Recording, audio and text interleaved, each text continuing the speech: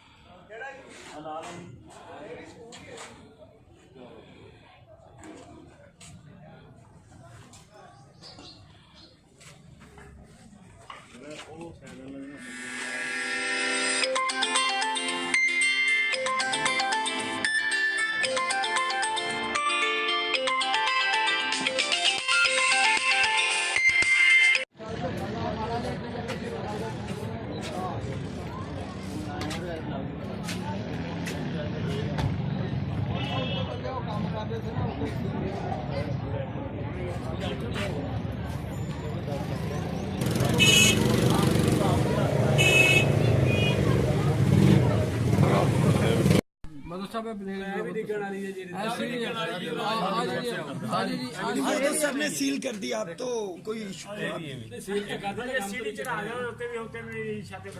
है कि 2 दिन पहले बदली है गुलाम साहब, 2 दिन पहले बदली है ना। ਤੁਸੀਂ ਡਿਪਟੀ ਡੀਓ ਐਸੇ ਰਹੇ ਜੀ।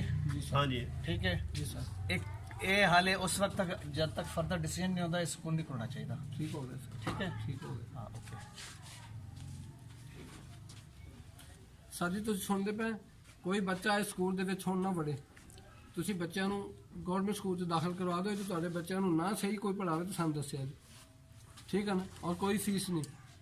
ਜਿਹੜਾ ਬਿਲਕੁਲ ਮੁਸਤਕ ਬੱਚਾ ਉਹਨੂੰ ਅਸੀਂ ਵਰਦੀ भी देने तक जाते। बहुत अच्छा रिजल्ट आया सर। हाँ जी, इस दफा रिजल्ट देखो हमारे पैक के कितने खूबसूरत। तो आपका बिहारी पूरे पंजाब में पहले नंबर पर है। पहले नंबर पर हमारे 8वीं का बच्चा पूरे पंजाब में फर्स्ट है। हाँ जी। और हमारे 5वीं के 2 बच्चे 3rd पोजीशन में है पंजाब में, जिले में नहीं। सर आपको थोड़ी ढूंढेंगे। अच्छा इधर कुछ वालदैन जो कहें कि अवार्डीज को तैयार करें, कोई छुट्टी नहीं करेगा। खुसूसन उनके बयान लो जिनके बच्चे मुतासर हैं। रिसेप्शन के लिए बंदे खड़े कर दें स्कूल में जाए आप बच्चा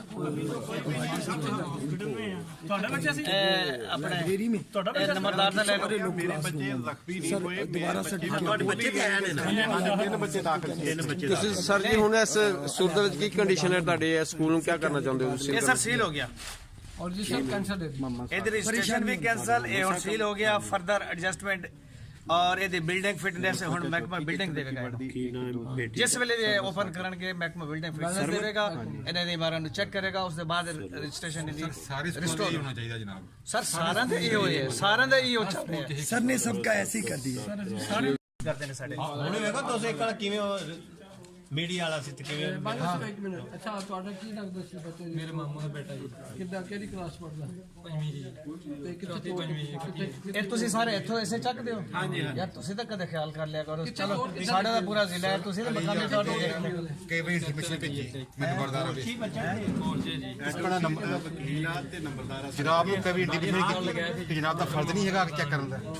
ਜਨਾਬ ਨੇ ਰਜਿਸਟ੍ਰੇਸ਼ਨ ਕੀਤੀ ਆ ਫਿਰ ਸਰਟੀਫਿਕੇਟ सर ने रजिस्ट्रेशन, सर अभी आए हैं, सर को आए हुए भी थोड़ा सा 2009 की रजिस्ट्रेशन है। ये रजिस्ट्रेशन पहले की है सर।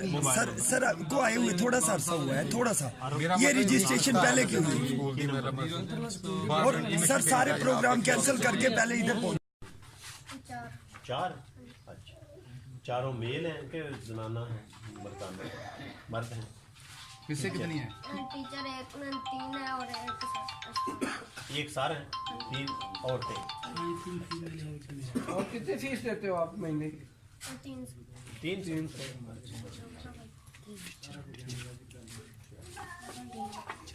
टीचरें बेटे कहाँ से देते हैं? 73 तीनों। तो जो इधर प्रिंसिपल साहब है वो भी 73 के हैं, इधर के नहीं है। ये किराए की बिल्डिंग है?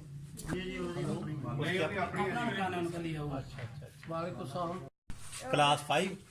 अच्छा अच्छा अच्छा। तो आप इधर पढ़ रहे थे? अच्छा। फिर मिस्त्री ने रौला पा दिया था, छत गिरने लगी है। अच्छा।